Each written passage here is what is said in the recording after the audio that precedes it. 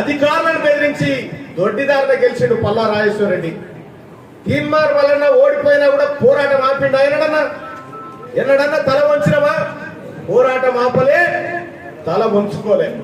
ఇలా కాంగ్రెస్ పార్టీ కార్యకర్తలకు నాయకత్వానికి మేము అంతా చెప్తున్నది ఒకటే మాట, అన్నా తీన్మార్ వలన మీ బిడ్డ ఎన్ని కష్టాలు ఎదురైనా కొట్లాడిండు, ఎన్ని దాడులు జరిగినా 70 రోజులు 100 రోజులు జైల్లో పెట్టిండు, 72 కేసులు పెట్టినా కూడా చెడవకుండా తడవకుండా కాంగ్రెస్ పార్టీని ఈ రాష్ట్రంలో అధికారంలోకి తేవడానికి కార్యకర్తగా సోనియా గాంధీ తల్లి రుణం తీర్చుకోవడానికి తీన్మార్ మల్లన్న గారు చేస్తున్న కాబట్టి అంతే నిబంధనతోని మీరంతా కార్యోన్ముఖులై ఈ పట్టభద్రుల ఎమ్మెల్సీ ఎన్నికల్లో ఓటరు నమోదు కార్యక్రమాన్ని చేపట్టాల్సిందిగా మీ అందరికీ విజ్ఞప్తి చేస్తా ఉన్నాం. ఇది గౌరవ ముఖ్యమంత్రి రేవంత్ రెడ్డి గారు మీకు చెప్పమని చెప్పినటువంటి మాట.